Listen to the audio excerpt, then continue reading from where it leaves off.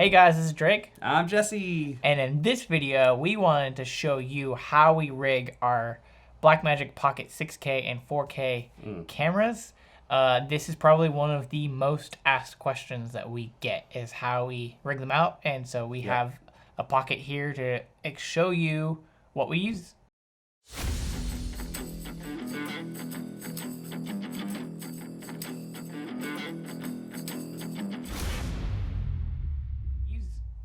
Now, historically, I think we're known for being a Blackmagic house, and while we have a lot of Blackmagic, we do a lot of stuff with Red as well. But you know, we have several Blackmagic kits. Yes. Because they're really, really inexpensive. Like, you can't beat the value. Nope. And probably the top of the value is the Pocket 6K. Yes. Which is, again, one of the biggest questions we have from people is how do we rig out our 6K pockets for our broadcast use? Yeah, using it in a multicam setup. How do we use a studio camera once again in a broadcast environment? So I actually have a pocket here that we've kind of built out. It's one of those things where they always change, and it's never complete, right? You kind of adapt to what you need. But we're going to go over some of the things that we have rigged up and why we like them. Yeah, and we actually have a kit of 4 pockets that we use every single week in one of our locations. So we do use the pockets pretty regularly, and this is pretty close to exactly what we're using every day. All right, so we have a Pocket 6K here, and this one's pretty well built out. Yeah. You can see that we have an actual a VMount battery on a VMount plate at the bottom. Yes. The Pocket 6K itself has a cage. Again, this can be used with the 4K as well. The 6K we find just is easier with the lens mounting options, and then again, it does a little bit better performance for highlights and stuff. So, yeah. But one of the biggest questions and difficulties that people have is, you know, how do I manage? Sorry, not that side. This side. How do we manage all of these connections? Yes. Because it's right where you want to grip. And I think also, how do we get it into our switcher? Because all of our switchers are SDI. Yep.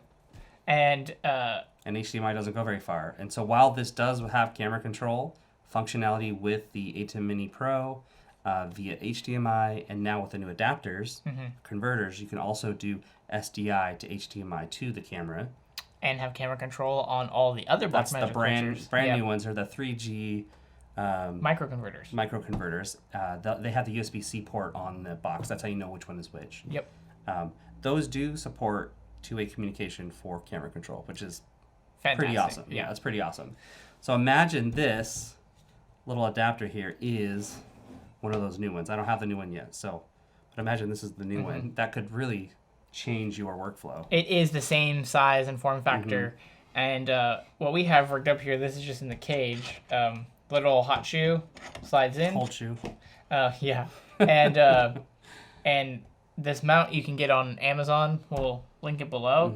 And we have the HDMI coming out of the camera into this converter, and then we have the power USB coming off of the battery. So D-tap off the battery for the camera, USB off the battery for the converter. So we have just a normal Core VMount on here. Core also makes a battery specific for the Pocket, which we'll link below as well. It's really nice because it gives you battery readout instead of voltage on the camera, but this also works totally fine and gives you a lot of battery life. And this is kind of, for a handheld use, this is kind of the max that we'd want to put on a camera. It's super small, lightweight, allows us to get in there and keep a low profile, which is really awesome. Yeah, and this is a really, really inexpensive way to get a really, really high quality broadcast image that looks cinematic and beautiful. So this is probably the starting point for most people, is this setup right here. Right. Ideally, though, of course you would want to go wireless, right? Yeah, that's the easiest way. You're basically replacing this converter with this unit. We have a VAXIS Storm 2000 here, and it takes an HDMI input, so it's just HDMI right from the camera into here, and the other end is SDI for the switcher. Essentially, it would just replace this whole getup right here. Yeah, so you end up just mounting it on the side here like this, and this works fantastic for handheld use. You can go anywhere. You don't have to worry about cables. And you can Yeah, also power this from the battery if you want to, getting a little D-tap hub, or the batteries last a long time. The little Sony batteries on this last a long time as well. So yeah, one thing to mention on that is, this wireless unit actually has HDMI and SDI. I would recommend just get the one with SDI as well.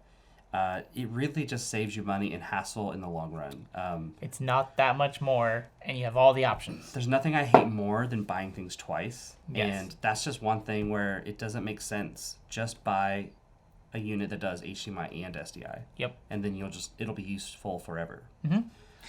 Let's talk about the other accessories. So this cage isn't fully built out, but it has a lot of options to add different mounts to it, mainly around like grips and stuff.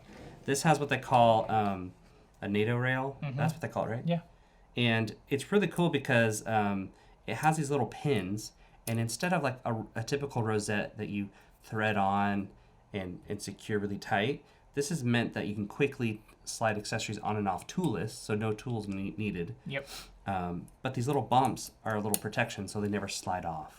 So we have, for example, here a little handle. Mm-hmm. Has a little thumb screw. You tighten it on. Yep. And boom.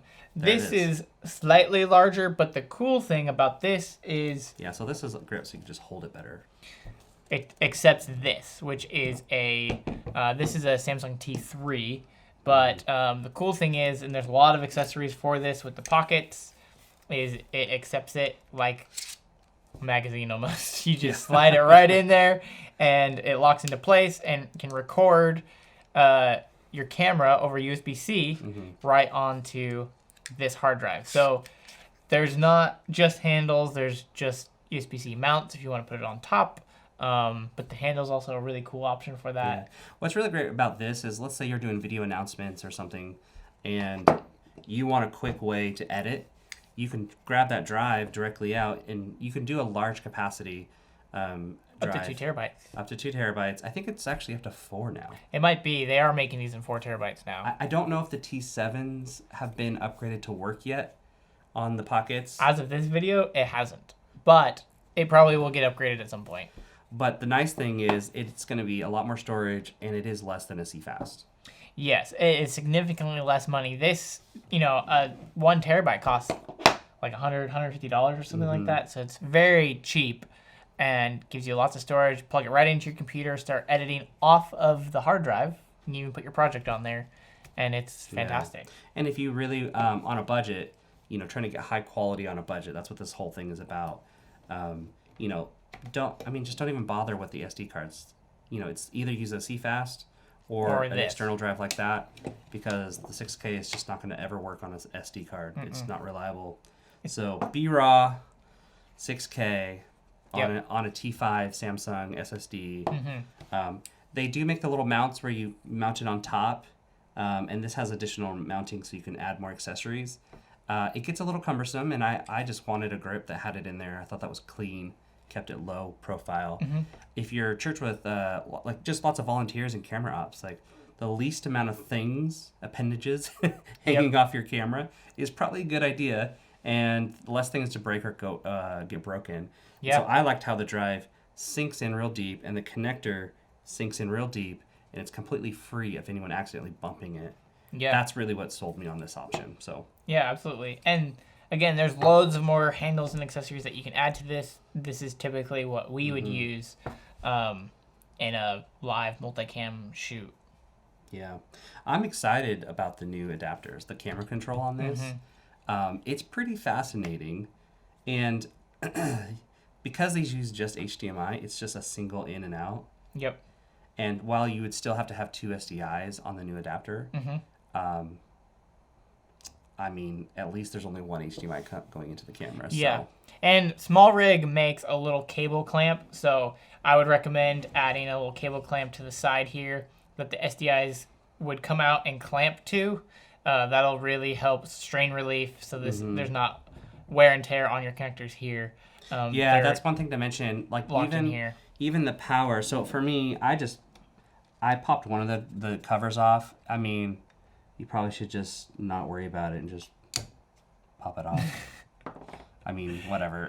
I mean, They're ultimately, so we're not frustrating. really using this outside, so it's not as big of a deal Yeah. to remove the covers. But yeah, the power isn't the greatest connection, so I don't love it.